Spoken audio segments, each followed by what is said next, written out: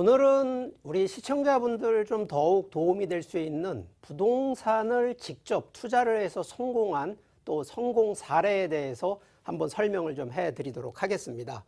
자, 여기 서울 거주하고 계신 45세 자영업자 되시는 분인데, 자, 시간적으로 보면 2016년에 자, 여기 동대문구 청량리, 바로 이 청량리역에 가까이에 있는 위치하고 있는 상가, 바로 이 상가 투자를 하셨는데, 바로 이 노후에 시세 차익이나 임대 수익을 창출하기 위해서 이 투자한 케이스가 되는데, 자, 실제 매수가 2억 원 정도로, 자, 상가 면적 대략 한 1층 기준으로 20평짜리를 투자를 하셨는데, 자, 지금 현재 2021년도 현재 시세가 약 7억 원 정도가 되고요. 자, 월세가, 자, 임대 수익이 월 250만 원 정도 되는데, 자, 그 이유가 있습니다. 자, 여기 청량리 같은 경우에는 지금 현재 한창 개발을 하고 있는 청량리 4구역. 자, 이게 롯데캐슬 스카이 65라고 여기에 지금 65층짜리 아파트 대규모 단지가 지금 개발이 돼 있고요. 해당 지금 청량리 같은 청량리역 같은 경우에는 쇼핑몰 센터부터 해서, 자, 여기에 또 GTX가 또 들어오는 이런 호재로 인해서 청량리가 점점점 확산이 되면서 개발 호재, 특히 미래 가치를 보고, 자, 2016년이었으면 그때 청량리 투자하기 상당히 좀 어려웠을 텐데, 자, 그렇다 보니까 청량리역 2분 거리면서 대로변 접합, 일반 상업 지역에 투자를 하다 보니까 실제 아주 성공적인 케이스였는데, 자, 이분이 투자한 거는 바로 상가입니다. 자, 우리가 항상 원칙 기준 제가 얘기를 드립니다. 자, 그러면 상가에 대한, 상업용에 대한 투자 포인트 중에, 자, 일단 조건이요, 3가지입니다. 우리 기본적으로 임대가 가장 많이 형성이 되는 걸 원칙으로 하고, 2번째, 수익률이 높은 거일수록 좋다는 거, 3번째, 그만큼 임대라든가 수익률이 높으려면 결국은 인구가 많이 형성이 돼야 되는, 바로 이 3가지 조건만 갖춰진다 그러면 충분히 성공적인 상가 투자가 되는데, 자, 그러기 위해서는 상가의 입지 어떻게 선정하느냐. 자, 이것도 첫 번째는 당연한 얘기입니다만 교통 접근성이 우수해야 된다는 얘기. 거기에 결국은 상가는 상권 매출이 일어나야 되다 보니까 고객들의 동선을 가장 잘 맞춰줘야 되고, 여기에 배우 수요, 결국은 상권으로 형성되는 바로 이런 상권 인근 수요가 만들어져야 된다는 포인트고요.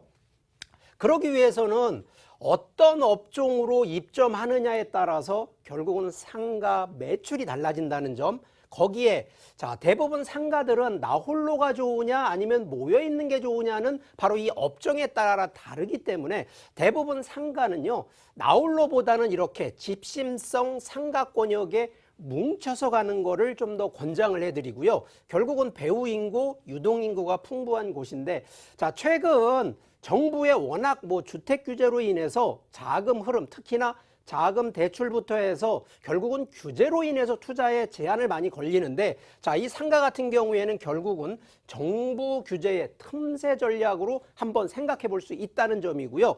자, 여기에 상가의 장점은 바로 현금 흐름, 임대 수익을 통해서 되는데, 아시겠지만 지금 이게 코로나로 인해서, 자, 일반 상가 매출 쉽지가 않습니다. 그렇기 때문에 반드시 이런 상권이 만들어져서 상가 매출이 나올 수밖에 없는 그런 입지를 선정하는 게 가장 우선시 되는 게 현재 시점이고요.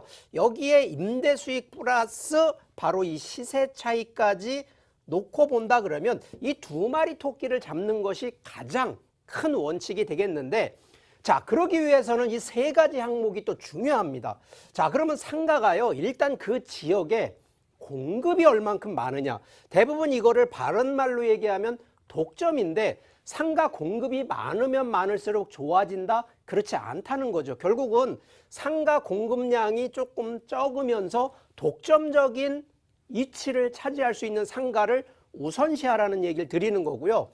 2번째는 결국은 상권, 인구에 대한 부분인데, 결국은 수요층이 연령대가 낮은 연령대로 구성되어 있느냐 아니면 높은 연령대로 구성되어 있냐. 그러면 낮은 연령대는요 대부분 이게 유동인구라고 하는 거고요.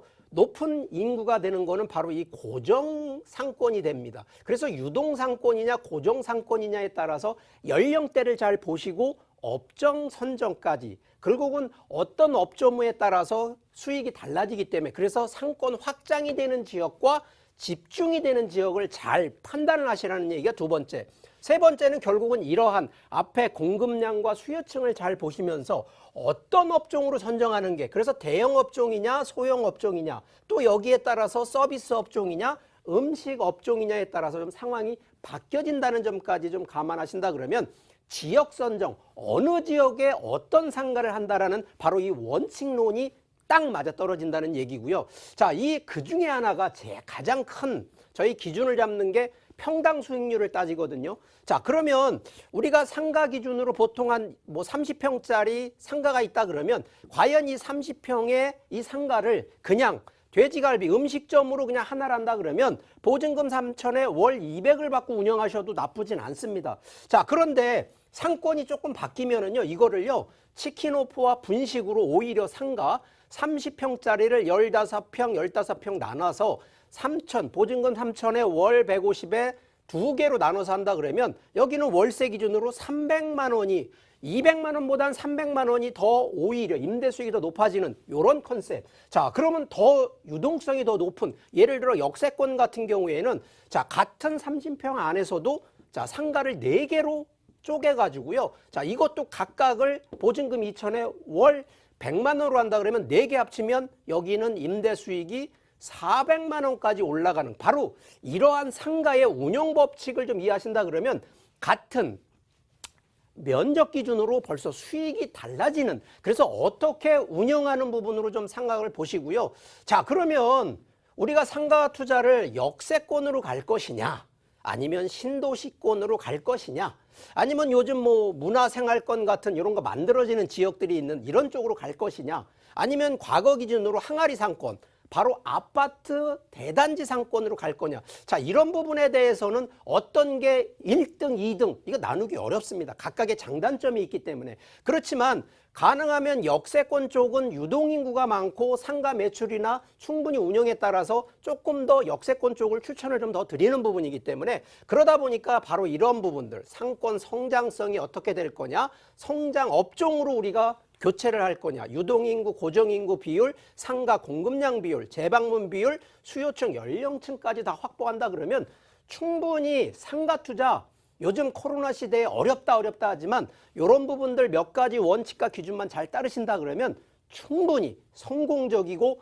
이기는 바로 투자가 된다는 점 잘 깊이 이해하시고 숙지하시면 좋겠습니다.